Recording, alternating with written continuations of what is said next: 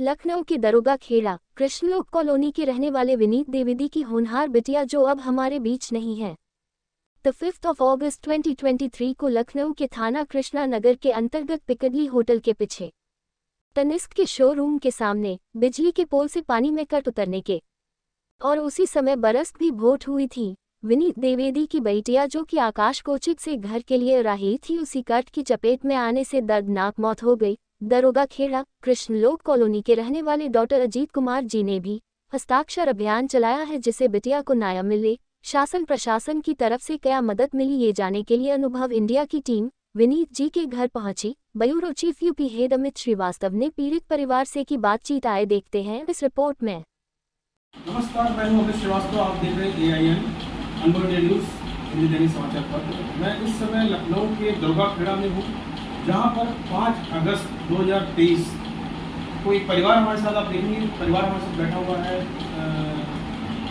विनीत द्विवेदी जी साथ में हमारे, उनके साथ उनकी धर्मपत्नी है और पीछे आप देखेंगे कि एक बिटिया की फोटो लगी हुई है।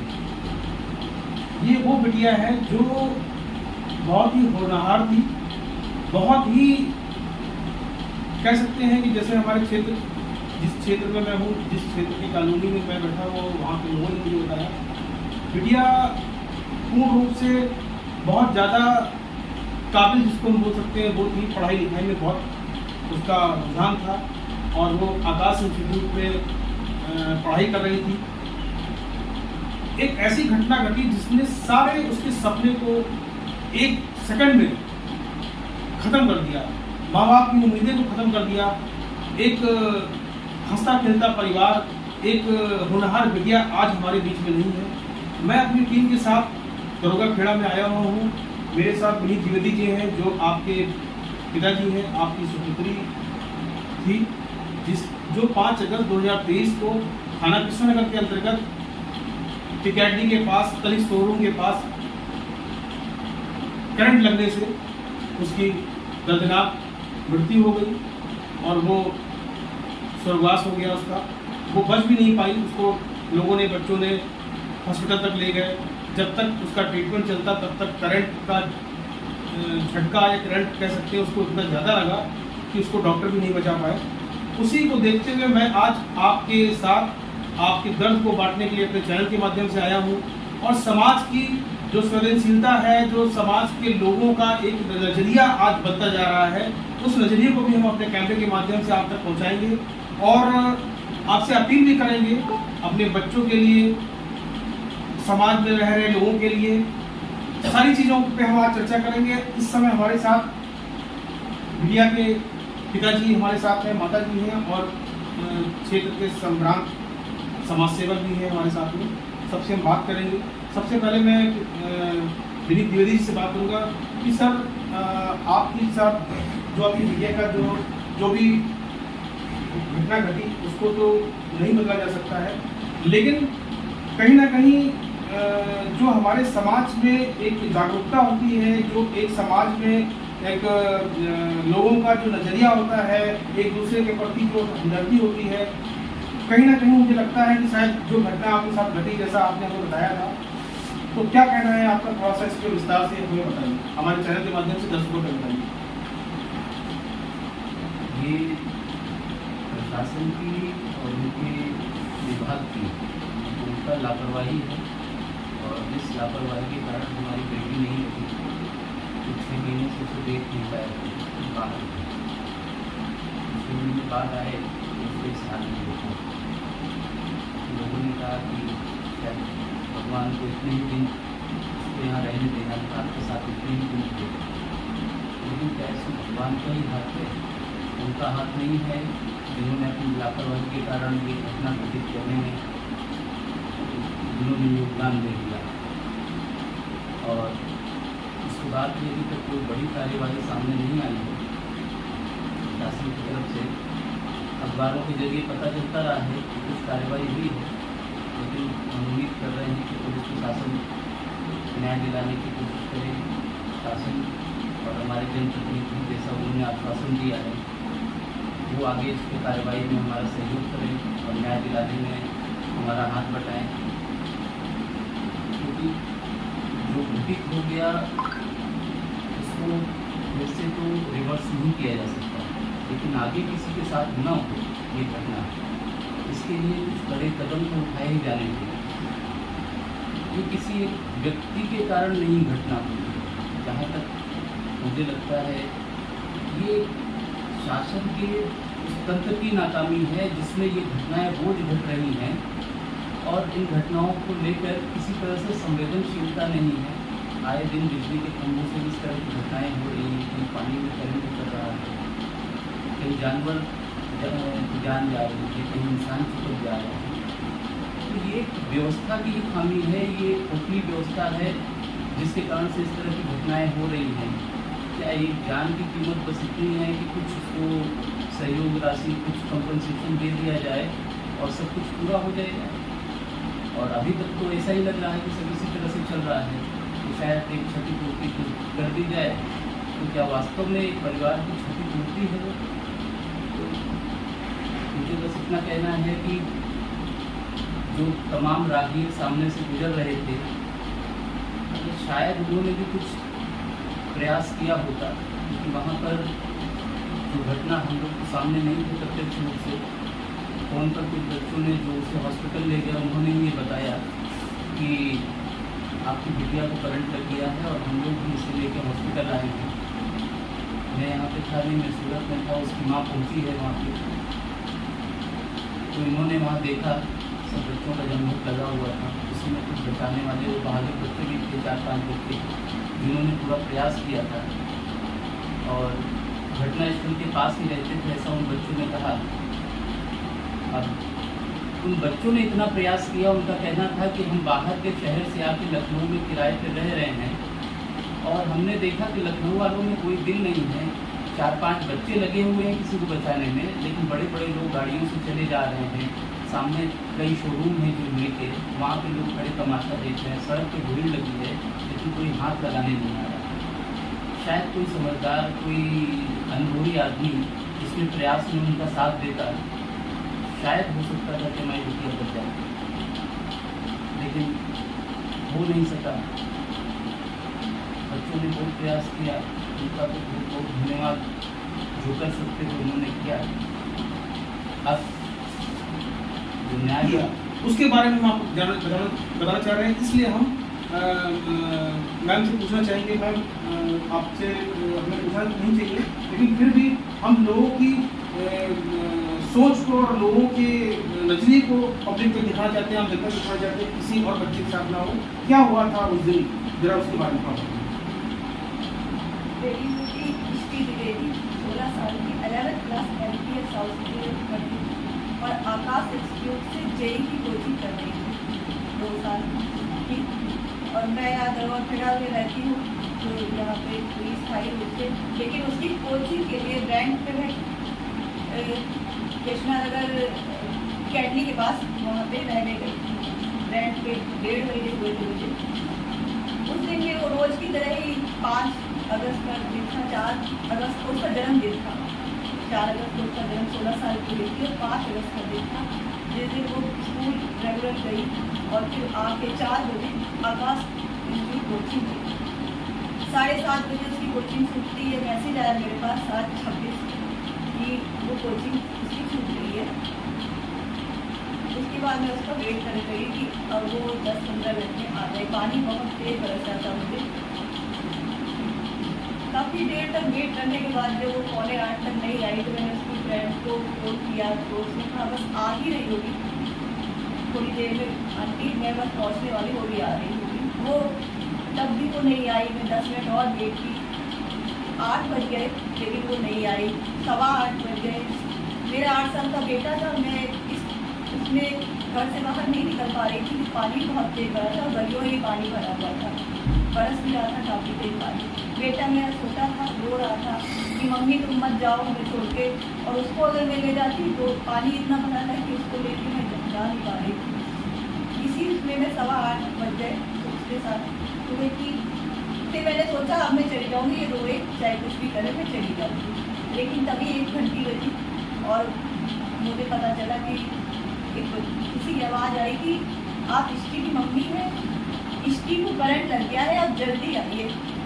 अपोलो हॉस्पिटल बहुत सीरियस है, जल्दी है पहुँची। मुझे पता नहीं था अपोलो है कहाँ, मुझे नहीं मालूम था अपोलो है कहाँ, नहीं मालूम था मुझे कुछ भी। फिर मैं कुछ मेरे समझ में ही नहीं आया मैं क्या करूँ, कहाँ जाऊँ, किससे कहूँ। फिर उनके पापा को मैंने फ़ोन किया इश्क के कि अब मैं क्या करूँ। तो उन्होंने कहा मकान मालिक है, उनसे कहो कि वो हॉस्पिटल लेके जाएंगे और कुछ नहीं हो सकता। फिर मैं वो ऊपर रहते थे सेकेंड फ्लोर पे, तो दरवाजा बंद, वही मुझे लेके गए हैं हॉस्पिटल और बेटा मैं रोता हुआ छोड़ गई। उसके बाद हॉस्पिटल पहुंची तो भीड़ लगी हुई थी, मीडिया वाले भी थे, पुलिस भी थी, बच्चे भी थे जो उन्होंने बताया था। काफ़ी ज़्यादा भीड़ लगी हुई थी और हर कोई कह रहा था वो करंट वाली लड़की, वो हॉस्पिटल में वो करंट वाली लड़की आई। मैं गेट से ही मतलब पूरे हॉस्पिटल में ये बात कर रही थी कि एक लड़की को करंट लगा है और भीड़ जमा हुई। मैं वहाँ पहुँची तो सारे डॉक्टरों ने मुझे घेर लिया और बस मुझे बैठा के चारों तरफ से मुझे ऐसा लगा था कुछ हो गया है, सब लोग मुझे इस तरह से क्यों घेर के बैठे हुए हैं। तो मुझे पता चला कि पूछने पे तो उन्होंने कहा कि आपकी बेटी अब नहीं बची। उसकी जेई बहुत उम्मीद से उसने ये कोचिंग, उसका मन था ये कोचिंग करके कुछ करने का जीवन में, लेकिन इस प्रशासन की गलतियों ने, इस लापरवाही ने उसकी सारी उम्मीदें, उसका भविष्य सब। वहाँ तक हॉस्पिटल में बच्ची पहुँची नहीं थी। उन बच्चों ने आकाश इंस्टीट्यूट के ही बच्चों ने उसको पहुँचाया था हॉस्पिटल। पहले SKD हॉस्पिटल ले गए, वहाँ से उसको वहाँ अपोलो में रेफर किया गया और उन्हीं बच्चों ने वहाँ पहुँचाया। आप हमारे चैनल के माध्यम से क्या अपील करना चाहेंगे सरकार प्रधानमंत्री हमारे देश के मुखिया माननीय मोदी जी से क्या दुआ लगाना चाहेंगे, क्योंकि आपको तो इतना बड़ा नुकसान हुआ है, इतना दुखद घटना हुई है, उसको तो कोई नहीं पूरा कर सकता, फिर भी आप क्या कहना चाहेंगे? मैं बस यही कहना चाहूँगी कि मेरी बेटी के सपने बहुत बड़े बड़े थे और वो उन सपनों को पूरा करना चाहती थी। बिना वो कभी इस तरह की मतलब किसी तरह से जैसे उसकी मृत्यु हो गई, जैसे ऐसा नहीं जाना चाहती, अपने सपने पूरा करना चाहती, जीना चाहती थी। यदि प्रशासन किसी की लापरवाही से उसके सपने उसके साथ ही चले गए, वो अपने सपनों को पूरा न कर पाई, तो जिनकी वजह से उसके सपने नहीं पूरे हुए, जिनकी वजह से हमारी उम्मीद टूट गई, हमारे सपने टूट गए, हमारी घमंड थी हमारी बेटी, हमारा विश्वास थी हमारी बेटी, हमारी दोस्त थी हमारी बेटी, मतलब सब कुछ चला गया उसी के साथ। क्या बच्चों ने आपको वहाँ बताया कि जब वो करंट का हादसा हुआ तो 2 बच्चे साथ में थे, तो क्या वहाँ पर कोई और जो आसपास दुकानें थी और लोग निकल रहे थे, क्या किसी ने कोई मदद करने की कोशिश नहीं की, बच्चों ने किया? हाँ, किसी ने कोई मदद करनी, बच्चों ने खुद बताया कि आंटी किसी ने भी कोई हाथ नहीं लगाया, सिर्फ हम बच्चों ने 5 बच्चे थे, 4 या 5 बच्चे, उन्होंने ही हर तरह से कोशिश की डंडे से। मतलब जब उन्होंने उस पानी में पैर रखा है तो उन्हें खुद बच्चे बताए कि मुझे बहुत तेज झटका लगा। उसके बाद मैंने जब सोचा कि मेरे बेटी का पैर पकड़ के खींचेंगे तो वो बॉडी में काफ़ी तेज को झटका मारा बच्चों को और वो दूर गिरे में जाके। फिर उन्होंने ही कहा कि हमने एक डंडा ढूंढ के लाए हैं और उससे उसको निकालने की कोशिश की। उन 4 बच्चों ने भैया, भैया 2 मिनट पॉज। तो बच्चे मतलब बच्चों ने बताया आपको ये बात? हाँ, बच्चों ने बताया। हेलो, वहाँ पे कई लोग निकल रहे थे, वो एरिया ही ऐसा है कि चलती फिरती रोड है, कनिष्क ओरा शोरूम, कई शोरूम है, कई दुकानें, शॉप है, एकदम मतलब पॉश एरिया है, कोई ऐसा नहीं है रोड। और 8 बजे का टाइम था, वो रोड अच्छे से आना जाना सबका हुआ था, लेकिन कोई भी नहीं रुका, कोई भी, किसी ने कोई हेल्प नहीं की बच्चों के अलावा, किसी ने कोई हेल्प नहीं। तो आपकी माता जी जिन्होंने बताया किस तरीके से बच्चों ने जो क्लास के बच्चे थे उन्होंने मदद किया। हमारे साथ इस समय क्षेत्र के एक समाज सेवक हैं जो कुछ लोग कॉलोनी में रहते हैं, आइए उनसे जानते हैं कि वो एक हस्ताक्षर प्रोग्राम भी चला रहे हैं और उन्होंने भी काफ़ी सपोर्ट किया है। हमारे सपने टूट गए, हमारी घमंड थी हमारी बेटी, हमारा विश्वास थी हमारी बेटी, हमारी दोस्त थी हमारी बेटी, मतलब सब कुछ चला गया उसी के साथ। क्या बच्चों ने आपको वहाँ बताया कि जब वो करंट का हादसा हुआ तो 2 बच्चे साथ में थे, तो क्या वहाँ पर कोई और जो आसपास दुकानें थी और लोग निकल रहे थे, क्या किसी ने कोई मदद करने की कोशिश नहीं की, बच्चों ने किया? हाँ, किसी ने कोई मदद करनी, बच्चों ने खुद बताया कि आंटी किसी ने भी कोई हाथ नहीं लगाया, सिर्फ हम बच्चों ने 5 बच्चे थे, 4 या 5 बच्चे, उन्होंने ही हर तरह से कोशिश की, डंडे से, मतलब जब उन्होंने उस पानी में पैर रखा है, उन्हें खुद बच्चे बताए, मुझे बहुत तेज झटका लगा। उसके बाद मैंने जब सोचा कि मेरी बेटी का पैर पकड़ के खींचेंगे तो वो बॉडी में काफ़ी देर को झटका मारा बच्चों को, और वो दोनों गिरे हैं जाके। फिर उन्होंने कहा कि हमने एक डंडा ढूंढ के लाए हैं और उससे उसको निकालने की कोशिश की। उन 4 बच्चों ने भैया 2 मिनट पॉज। तो बच्चे मतलब बच्चों ने बताया आपको ये बात? हाँ, बच्चों ने बताया। हेलो, वहाँ पे कई लोग निकल रहे थे। वो एरिया ही ऐसा है कि चलती फिरती रोड है, तनिष्क ओरा शोरूम, कई शोरूम है, कई दुकानें, शॉप है, एकदम मतलब पॉश एरिया है, कोई ऐसा नहीं है रोड। और 8 बजे का टाइम था, वो रोड अच्छे से सब आना जाना सबका हुआ था, लेकिन कोई भी नहीं रुका, कोई भी, किसी ने कोई हेल्प नहीं की बच्चों के अलावा, किसी ने कोई हेल्प नहीं। तो आपकी माता जी जिन्होंने बताया किस तरीके से बच्चों ने, जो क्लास के बच्चे थे, उन्होंने मदद किया। हमारे साथ इस समय क्षेत्र के एक समाज सेवक हैं जो कुछ लोग कॉलोनी में रहते हैं। आइए उनसे जानते हैं कि वो एक हस्ताक्षर प्रोग्राम भी चला रहे हैं और उन्होंने भी काफ़ी सपोर्ट किया है। आइए उससे जानते हैं। सर, क्या नाम है आपका और आपके बारे में बता दीजिए। और ये जो हस्ताक्षर प्रोग्राम कर रहे हैं आप दिल्ली द्विवेदी जी की बच्ची की को सलामी देंगे, उसके बारे में थोड़ा बताएं। मैं डॉक्टर अजीत कुमार, इस कॉलोनी का जो कृष्ण कॉलोनी है, यहाँ का मैं सचिव हूँ। इस बिटिया का जो देहांत हुआ, घटना हुई, काफ़ी कुछ प्रयास किया गया। यहाँ के हम लोगों ने पत्र भी लिखा विधायक जी को, विधायक जी के द्वारा माध्यम द्वारा विधानसभा में प्रश्न उठाया गया, काफ़ी सपोर्ट मिला विधायक जी का। लेकिन बस हमारा कहना ये था कि एक विधायक जी के सपोर्ट के माध्यम से जब इसमें बैठाया गया 5-6 दिन में, तो परिवार को मात्र 6 लाख रुपया अभी तक मुआवजा दिया गया है।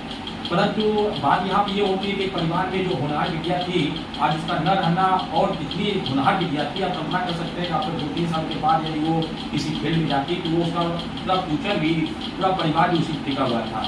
परिवार भी बाहर रहता है, एक बेटा भी है। हमारा 2-3 मांगे थी, जिसमें एक था कि भाई कि इस परिवार को न्याय दिलाया जाए। दूसरा ये था कि भाई आर्थिक मुआवजा जो एक नगर निगम से या विधायक खंड से या मुख्यमंत्री खंड से इस परिवार को दिलाया जाए, क्योंकि इनका हक भी बनता है। क्योंकि भाई परिवार का तो इतना बड़ा दुखद घटना घटित हुई है। अब ये मतलब कि जिस प्रकार से जो घटना घटित हुई, भगवान न करे कोई इनके साथ ऐसे किसी और के साथ घटित हो, लेकिन एक इनको आर्थिक मुआवजा, एक ठीक ठाक आर्थिक मुआवजा, जिससे इनके जो फादर अभी तक, भाई आप कल्पना कर सकते हैं कि भाई परिवार के खर्चे के लिए ये बाहर गए, जाके वहाँ जॉब कर रहे थे, यहाँ नौकरी कर रहे थे। तो एक आर्थिक मुआवजा एज ए विधायक निधि से या मुख्यमंत्री निधि से और नगर निगम से जो भी हो, इनको मिलना चाहिए। तीसरा एक हम लोग की मांग थी कि भाई आप चूँकि जॉब में थे और सब कुछ आर्थिक ऊपर डिपेंड था, और ऐसी हालात होने के बाद, हालात अब ऐसे नहीं है कि वो कहीं पर बाहर जा सके। एक सरकारी नौकरी मैं चाह रहा था एज ए विधायक जी से और नगर निगम के जो हमारी मेयर साहिबा हैं, उनके माध्यम से एक सरकारी नौकरी इस परिवार को मिल जाए, तो एक आने वाले समय जो उनका परिवार का जो जीविकोपार्जन है वो चलता रहे। इसके लिए हम लोगों ने एक हस्ताक्षर अभियान का भी शुरुआत किया है, जिसमें काफ़ी लोगों का एक सपोर्ट मिला हम लोग को। और अभी हमारा यहाँ पे मेयर साहिबा भी आई थी, उन्होंने यह आश्वासन दिया है। बाकी और जगह से भी फोन आते रहते हैं यहाँ पे। विधायक जी भी अभी शायद बाहर हैं, उनके प्रतिनिधि भी आके मिल चुके हैं, उन्होंने आश्वासन दिया है। विधायक जी से और सांसद जी से मैं अनुरोध करना चाहूँगा कि आप परिवार का जरूर जो भी संभव है, क्योंकि आपका तो कार्य ऐसा है कि आप सबका मदद करते हैं, लेकिन दुख की घड़ी में इस परिवार को भी आप आर्थिक मदद देके सांत्वना दें तो ज़्यादा अच्छा रहेगा। हम लोग के लिए बहुत ही एक अच्छा संदेश भी जाएगा, जो आपका एक छवि है। तो ये थे समाज सेवक जो कृष्ण लोग कॉलोनी दरोगा खेड़ रहते हैं, जिनके द्वारा आपको सपोर्ट किया जा रहा है, हस्ताक्षर अभियान चला करके आपको न्याय दिलाने की कोशिश की जा रही है। जो भी प्रशासन की तरफ से जो कार्रवाई हो रही है वो अभी चली रही है। तत्काल मुकदमा भी कृष्णनगर थाने दर्ज हुआ था, जिसमें नगर निगम और बिजली विभाग पर मुकदमा भी दर्ज हुआ था कि जिनकी लापरवाही की वजह से ये घटना घटी थी, वो दोबारा भविष्य में किसी साथ ना हो। सबसे बड़ी बात ये है, जिस तरह से मैंने बताया कि लोग वहाँ पर आ रहे थे, जा रहे थे, वहाँ शोरूम है, एक अच्छा खासा क्राउड रहता है, लेकिन किसी ने भी उस बिटिया को बचाने की कोशिश नहीं की कि उसको कोई एक ऐसा व्यक्ति जो समझदार होता, जो उसको बचाने की कोशिश करता। उन बच्चों ने ही, जो बच्चे साथ में क्लासमेट थे, जो 50 बच्चे में पढ़ रहे थे, उन्होंने ही कोशिश करके किसी तरीके से उसको खींचा खाचा, डंडे या कहीं से लकड़ी के इंतजाम करके पत्ते का जो उसको बाहर किया और उसको हॉस्पिटल तक पहुँचाया। तो ये नहीं होना चाहिए। हमारे समाज में इस तरह से संवेदनशीलता बहुत ही खराब चीज़ है। हम सबको एक साथ होकर के समाज में लोगों की मदद करनी चाहिए। इस तरह की घटनाएं अपने आप में बहुत दुखद है। मैं अपने सहयोगी सिराज के साथ